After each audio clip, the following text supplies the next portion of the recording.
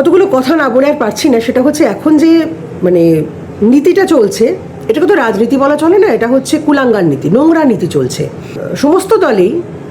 কিছু কিছু অন্ধ সমর্থকদের যা ভাষা শোনা যাচ্ছে সেটা ভয়ঙ্কর ভাষা। তা থেকে এটা আরও স্পষ্ট যে এটা একদম কুলাঙ্গার নীতি, মানে স্ট্যান্ডার্ডটাই এরকম হয়ে গেছে। কোনো দলের হয়ে কিছু বলছি না, একটাই কথা বলবো, একজন অসহায় মা, তাকে নিয়ে কোনো নোংরা কথা বললে প্রতিবাদ করবই। কোনো মহিলা, কোনো মানুষ, সে কিছু অপরাধ করেনি, তাকে নিয়ে কেউ নোংরামি করলে প্রতিবাদ হবে। কিছু কিছু আবার সোকল্ড, এখানে কয়েকজনকে দেখলাম কমেন্ট করতে, দিদি বলবেন না, প্রতিবাদ করবেন না, এগুলোকে অ্যাভয়েড করুন। এই অ্যাভয়েড করুন, ইগনোর করুন, এই শব্দগুলো আপনারা শুনে রেখেছেন, কিন্তু সেগুলো প্রয়োগ করতে পারেননি বলেই ক্রাইম বাড়ছে, উচ্ছন্নে যাচ্ছে সমাজ। কোনটা ইগনোর করতে হবে আর কোনটা ইগনোর করতে হবে না, এই বোধটা তো থাকতে হবে।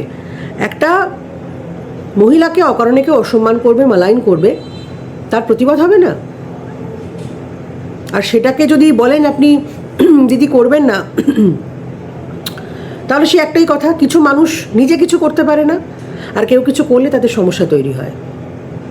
এই আপনাদের মতো মহিলাদের জন্য, মানুষদের জন্যই কিন্তু ক্রাইমটা বাড়ছে। সময় মতো প্রতিবাদটা করতে হয়। কে কি বলছে না বলছে জানার দরকার নেই। কোনো দলের হয়ে আমি কোনো কথাই বলতে চাই না, কারণ পরিস্থিতি যা দাঁড়িয়েছে, মানে ভোটটা আমাদের অধিকার ঠিক আছে, কিন্তু যা যা দলের ভাষা, দলের সমর্থকদের যা ভাষা, তাতে কোনো দলকেই ভোট দেওয়ার উপযুক্ত নয়, একদম মানে পরিষ্কার কথা। তাও দিতে হবে, ভাবনা চিন্তা করতে হবে, কিন্তু প্রতিবাদটা যেখানে করার সেখানে না করলেই সমাজটা আরও উচ্ছন্নে যাবে। অসহায় কোনো মাকে কেউ যদি অসম্মানজনক কথা বলে, প্রতিবাদ করতে হবে, করাটা উচিত মানুষ হিসেবে। আর যাদের সেই ক্ষমতাটা নেই, নেই তো নেই, যাদের আছে তারা করছে, অসুবিধে কী আছে? তো মুখের ভাষা দেখেই বোঝা যাচ্ছে কি গল্প চলছে, বিরক্তিকর। আর এটাকে রাজনীতি বলে না, সিম্পলি কুলাঙ্গার নীতি। এক পাল কুলাঙ্গার, তারা নিজেদের মতো করে খেয়ে শুরু করেছে। ক্ষমতা কেমন থাকতে পারেন দেখুন। আর সব থেকে খারাপ ব্যাপার কি জানেন, সেটা হচ্ছে খারাপ ভালো সবেতেই থাকবে, কিন্তু খারাপের ক্ষমতাটা আস্তে আস্তে বাড়ছে। কেন বলুন তো? তার কারণ ভালোরা চুপ করে থাকছে, ভালোরা চুপ করে যাচ্ছে, ওই জন্য খারাপরা ভাবছে বাধা দেওয়ার তো কেউ নেই, যা খুশি তাই করি, যা খুশি তাই বলি।